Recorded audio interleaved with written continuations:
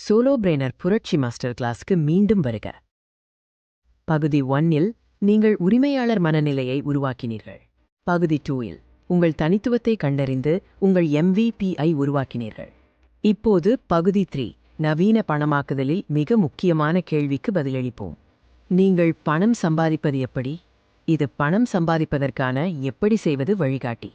3 முக்கிய வருவாய் மாதிரிகளை நாம் ஆராய்வோம். முதலில் சேவைகளை விற்பது.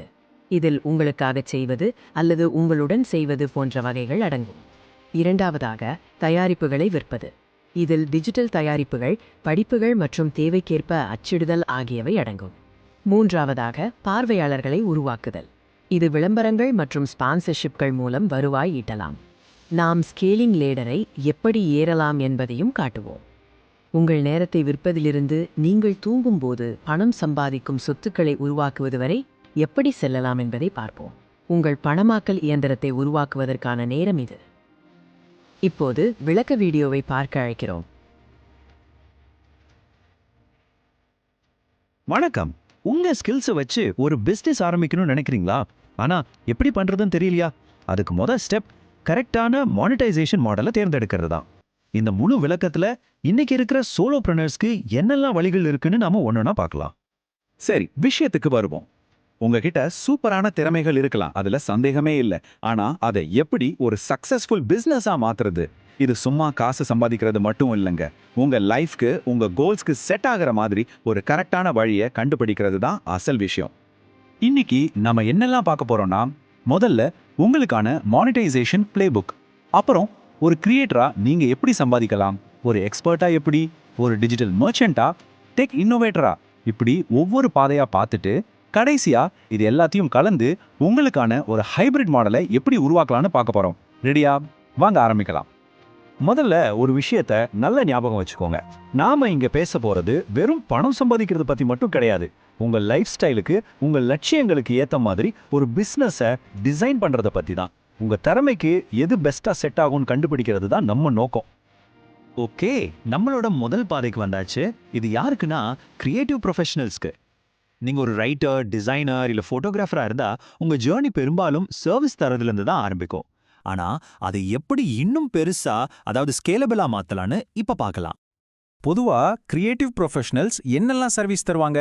Freelance writing, content strategy, graphic design, branding, photography, videography, SEO articles, இப்படி நிறைய இருக்கு.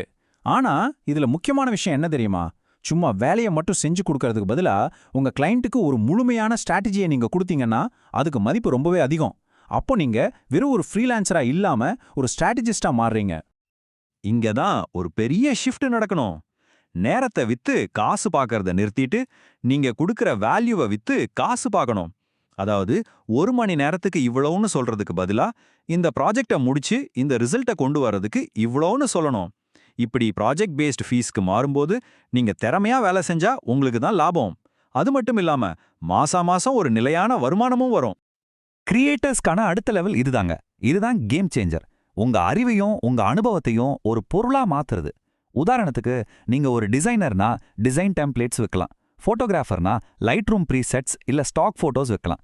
இதனால என்ன ஆகும்னா, நீங்க ஒவ்வொரு தடவையும் உங்க நேரத்தை செலவு பண்ணாமலேயே உங்களுக்கு பாட்டுக்கு வருமானம் வந்துகிட்டே இருக்கும். சரி, நம்மளோட அடுத்த பாதைக்கு போலாம்.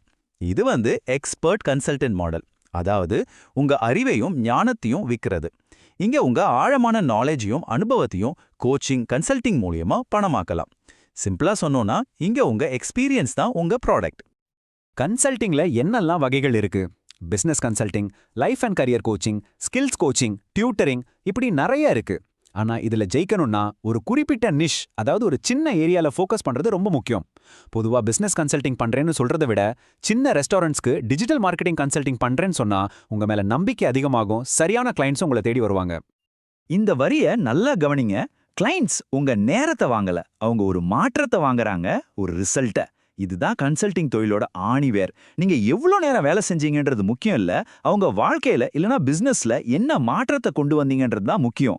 அவங்க ஒரு பிரச்சனையோட வராங்க, நீங்க அதுக்கு ஒரு தீர்வை கொடுக்குறீங்க, அந்த தீர்வுக்கு தான் அவங்க பணம் தராங்க.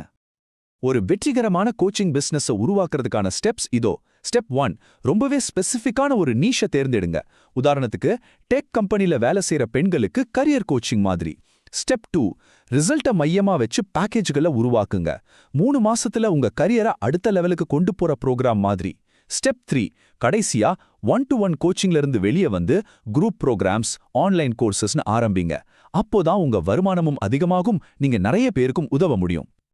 இப்போ நாம ஆன்லைன் வர்த்தகம், அதாவது இ-காமர்ஸ் உலகத்துக்குள்ள போக போறோம். இது டிஜிட்டல் வணிகர்களுக்கான பாதை.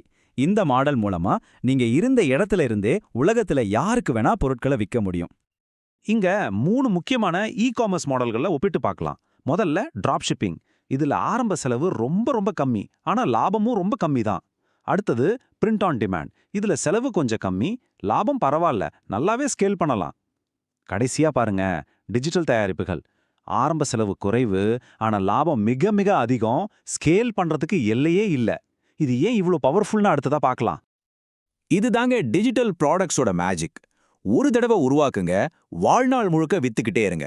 இ-புக்ஸ், ஆன்லைன் கோர்சஸ், டெம்ப்ளேட்ஸ் மாதிரி விஷயங்களை நீங்க ஒரு தடவை உருவாக்கிட்டா போதும், அதுக்கப்புறம் நீங்க தூங்கிட்டு இருக்கும்போது கூட அது உங்களுக்கு வருமானம் ஈட்டி தரும். சரி, இப்ப டெக்னாலஜி நாலேஜ் இருக்கிற சோலோப்ரெனர்ஸ்க்கான பாதைக்கு வருவோம். இங்க நம்ம ஃபோக்கஸ் எல்லாம் ஹை வேல்யூ சர்வீசஸ்லயும் மாசம் வர்ற மாதிரி ஒரு ரெக்கரிங் ரெவென்யூ மாடல்லையும் தான் இருக்கும். வெப் டெவலப்மெண்ட், SEO மாதிரி டெக் சர்வீஸ் பண்றவங்க ஒரு ப்ராஜெக்ட் முடிஞ்சா அடுத்த ப்ராஜெக்ட்டுக்கு அலைய வேண்டியிருக்கும். அதுக்கு பதிலா மாசம் மெயின்டெனன்ஸ், அப்டேட்ஸ்னு ஒரு ரீடைனர் மாடலுக்கு மாறினா உங்களுக்கு நிலையான கணிக்கக்கூடிய வருமானம் வந்துகிட்டே இருக்கும். இது உங்க பிசினஸ்க்கு ஒரு நல்ல ஸ்டெபிலிட்டியை கொடுக்கும்.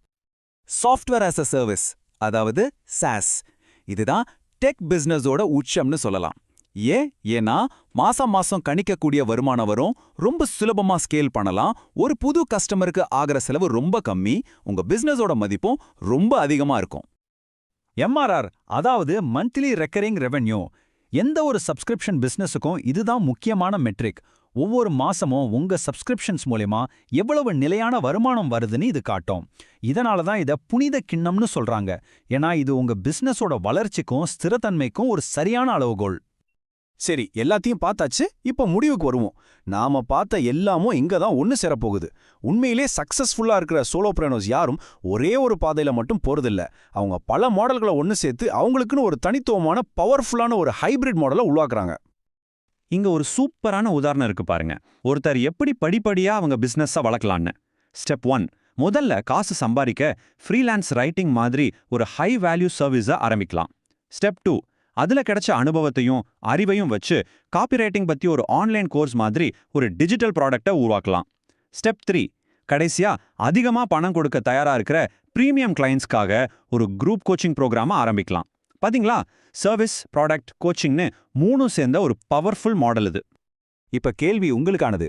நாம இன்னைக்கு பார்த்த இந்த வழிகள்ல உங்க பயணத்தை நீங்க எந்த பாதையில தொடங்க போறீங்க? அது மட்டும் இல்லாம இந்த வெவ்வேறு மாடல்களை ஒன்னு சேர்த்து உங்களுக்காக நீங்க உருவாக்க போற அந்த ஸ்பெஷலான தனித்துவமான பிசினஸ் மாடல் என்ன? யோசிங்க. உங்க பயணத்தை ஆரம்பிக்க இதுதான் சரியான நேரம்.